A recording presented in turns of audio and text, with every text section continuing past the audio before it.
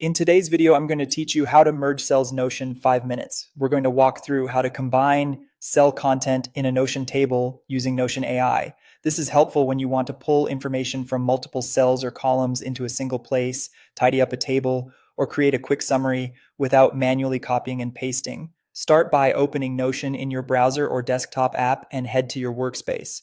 Make sure you're signed in and on a stable internet connection, since we'll be using Notion AI in just a moment. Next, open the page that contains the table you want to work with. This could be an inline table inside a page or a full page database. Give the table a moment to load and confirm you have edit access, because changes made by AI need permission to be applied. Now, select the cells you want to merge. Click the first cell, then drag across the cells or columns you want to combine. You should see them highlighted. If you're merging entire columns, click the column header to select it first, then include the others. A quick tip: start with a small selection to test your approach before doing this on a large data set.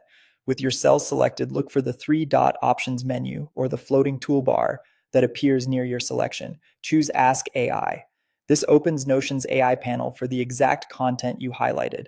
In the prompt box, clearly tell AI what you want. For example, you might say, merge the selected cells into a single cell per row, combining values with a comma and a space. Or combine column A and column B into a new combined value, keeping the originals.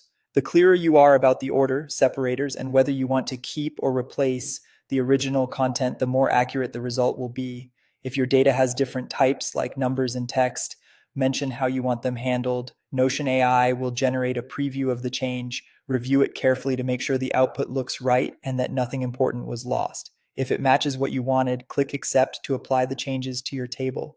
If it's not quite there, adjust your prompt, refine the separator or order, and try again. Remember, you can always undo if needed. That's it. You opened your page, selected the exact cells, asked AI to merge them with a clear instruction, and accepted the result. Thanks for watching, and happy organizing in Notion.